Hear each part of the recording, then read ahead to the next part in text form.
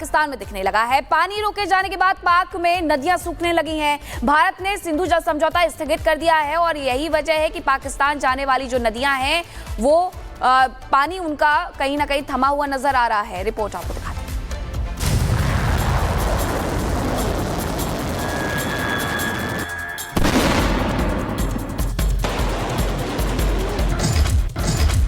पानी और खून भी एक साथ नहीं बह सकता।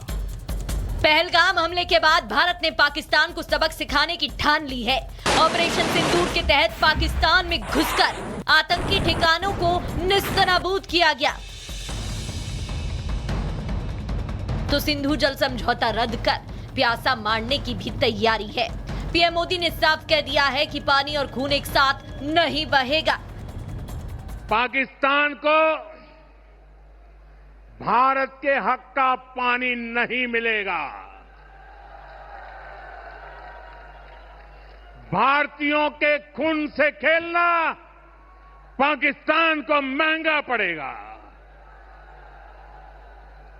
ये भारत का संकल्प है और दुनिया की कोई ताकत हमें इस संकल्प से टिका नहीं सकती है। पाकिस्तान के साथ सिंधु जल समझौता रद्द करने को जो लोग छोटी बात समझ रहे हैं, ऐसे लोगों को पाकिस्तानी सांसदों का बयान एक बार जरूर सुनना चाहिए। पाकिस्तानी सांसद भारत के इस फैसले को अपनी संसद में उठा रहे हैं। यहां तक कि सिंधु जल समझौता रद्द करने को वाटर बम बता रहे हैं। अगर ये पानी का क्राइसिस नहीं अभी सॉल्व करेंगे तो हम भूखे मर सकते हैं। उसकी वजह ये है कि इंडस बेसिन जो है वो ही हमारा लाइफलाइन है। 3/4 जो पानी हमारा आता है सर टोटल बाहर से आता है। 90% स्टेटिस्टिक्स के मुताबिक 90% जो हमारी क्रॉप्स हैं, जो हमारी फसलें हैं, वो इस पानी पे डिपेंड करती हैं। हमारे जितने पावर प्रोजेक्ट्स हैं, जितने डैम्स हैं, वो इसी पानी के ऊपर बने हुए हैं। तो इसलिए अगर ये हम इसको हम समझते हैं कि ये एक वाटर बॉम्ब हमारे ऊपर पड़ा हुआ है।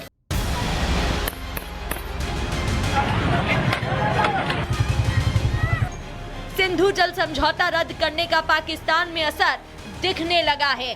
पाकिस्तानी सरकार तो परेशान है ही, वहां की आवाम भी गुस्से में है।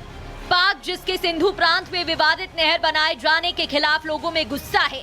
नाराज लोगों ने पाक के राष्ट्रपति आसिफ अली जरदारी की बेटी आसिफा भुट्टो के काफिले पर हमला बोल दिया। आसिफा कराची से नवाब शाह जा रही थी। इसी दौरान प्रदर्शनकारियों ने उनके काफिले को रोका और विवादित नहर परियोजना के खिलाफ नारे लगाने लगे। कुछ लोगों ने काफिले की गाड़ियों पर डंडों से हमला कर दिया।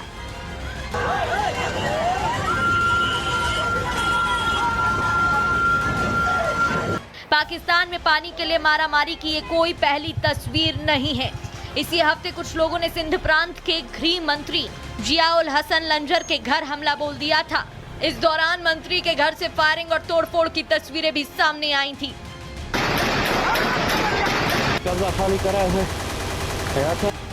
सिंधु नदी का पानी रोकना पाकिस्तान की बर्बादी का पहला कदम है, क्योंकि पाकिस्तान की लगभग 80% कृषि इसी नदी के पानी पर निर्भर है। लेकिन अगर भारत ने सिंधु नदी का पानी रोक दिया तो पाकिस्तान की कृषि बर्बाद हो जाएगी, जिससे पाकिस्तान को 1,70,000 करोड़ का नुकसान होगा। उधर भारत ने सिंधु जल समझौता रद्द करने के साथ किश्तवाड़ जिले के चिनाब नदी पर बने पावर प्रोजेक्ट पर काम तेज कर दिया है। Bureau report, Republic Bharat. तो पाकिस्तान की न नीयत ठीक है न नीति। हालत उसकी अब और बुरी हो रही है क्योंकि भारत सैन्य मोर्चे पर चोट देने के बाद अब पाकिस्तान की अर्थव्यवस्था पर चोट करने जा रहा है। भारत की कोशिश पाकिस्तान को FATF की ग्रे लिस्ट में डलवाने की है और अगर ऐसा हुआ तो प्यास से तड़प रहा पाकिस्तान भूख से भी तड़पने लगेगा।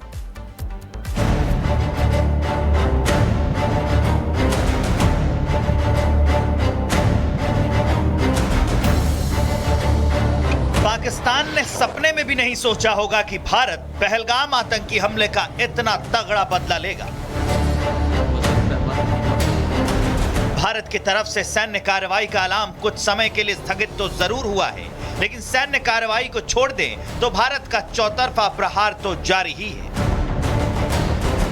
पाकिस्तान के लिए भारत का एयर स्पेस बंद है तो पाकिस्तान के विमानों को लंबी दूरी तय करनी पड़ रही है। बॉर्डर बंद है तो कारोबार के लिए पाकिस्तान को रास्ते नहीं मिल रहे हैं। भारत से निपटने के लिए पाकिस्तान सैन्य तैयारियां कर रहा है। सैन्य तैयारियों को पुख्ता करने के लिए करोड़ों रुपए खर्च कर रहा है।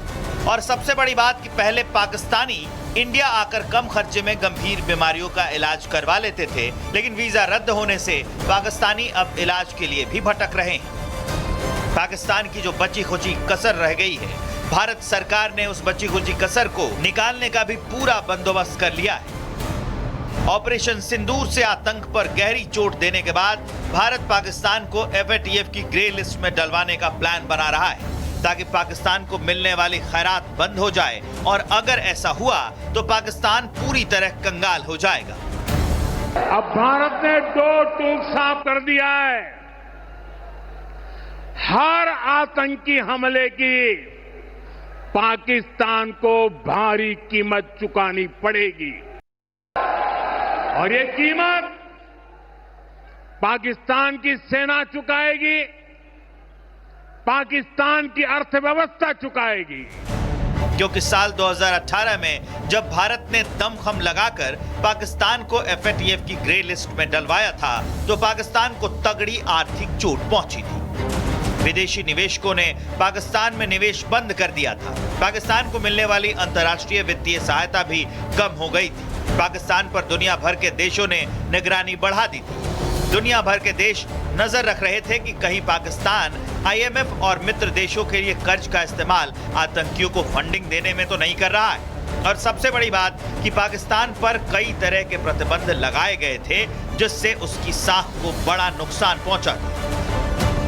पाकिस्तान ने कुछ आतंकियों के खिलाफ कार्रवाई की थी, जिसके बाद साल 2022 में पाकिस्तान ग्रे लिस्ट से बाहर चला गया था।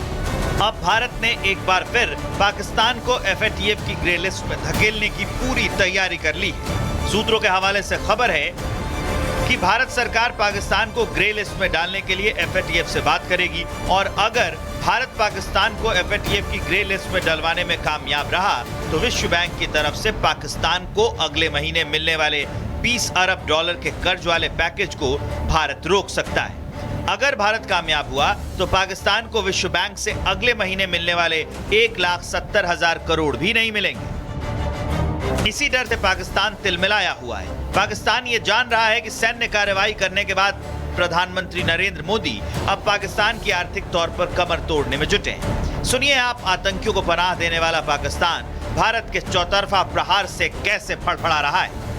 भारत जो है वो ग्राउंड प्रिपेयर करने की कोशिश करेगा कि पाकिस्तान को जो है FATF की ग्रे लिस्ट में शामिल किया जाए। तो भारत की अब ख्वाहिश यही है कि हमें दोबारा FATF लिस्ट में शामिल किया जाए, क्योंकि उससे होता यही है कि आप पे इन्वेस्टमेंट नहीं आती, आपके एक्सपोर्ट्स भी हर्ट होते हैं, तो काफी उससे प्रॉब्लम्स तो हो जाते हैं। जब से भारत ने पाकिस्तान की कमर तोड़नी शुरू की है, पाकिस्तान कभी अमेरिका के सामने गिड़गिड़ा रहा है तो कभी अरब देशों की तरफ देख रहा है। पाकिस्तान इस्लामिक भाईचारे के नाम पर सऊदी अरब, UAE और मुस्लिम देशों से मदद की गुहार लगा रहा है, लेकिन तुर्की, अजरबैजान और चीन को छोड़ दें तो पाकिस्तान को कहीं से कोई मदद नहीं मिल रही है, जिससे पाकिस्तान की घबराहट बढ़ती जा रही है। Bureau report, Republic Bharat.